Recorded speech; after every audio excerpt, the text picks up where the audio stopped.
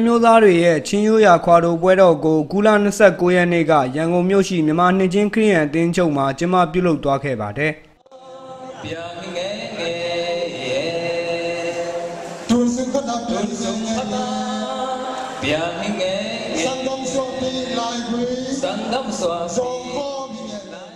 ဒီပွဲကိုစုံမီမျိုးသားကွန်ဂရက်ခေါင်းဆောင်ဦးပူးကြည်ရှင်းထံနဲ့အတူချင်းတိုင်းရင်းသားတွေလည်းတက်ရောက်ခဲ့ကြပါတယ်။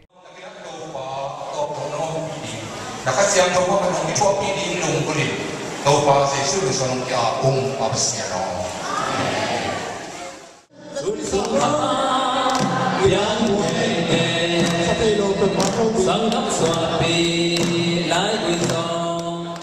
Nile 12 နာရီမှာစတင်ကျင်းပခဲ့တဲ့ဒီခမ်းနားကိုပိုင်းတစ်ပိုင်းခွဲကကျင်းပပြုလုပ်သွားခဲ့တာဖြစ်ပြီးပထမပိုင်းကိုစီဇန်10ခုနဲ့ကျင်းပပြုလုပ်ခဲ့တာပါ။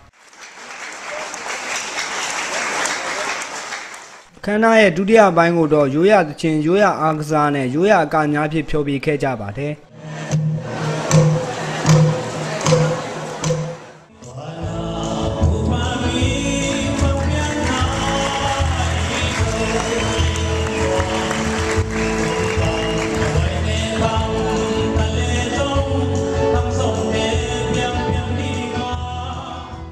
ဒီခမ်းနားမှာချင်းလူမျိုးတွေရဲ့ယဉ်ကျေးမှုရိုးရာဆိုင်ရာစာပေများကိုရောင်းချခဲ့ပြီးတက်ရောက်လာသူများအားရိုးရာစားစာများဖြင့်လည်းကျွမ်းဝင်းဧည့်ခံခဲ့ပါတယ်ခင်ဗျာ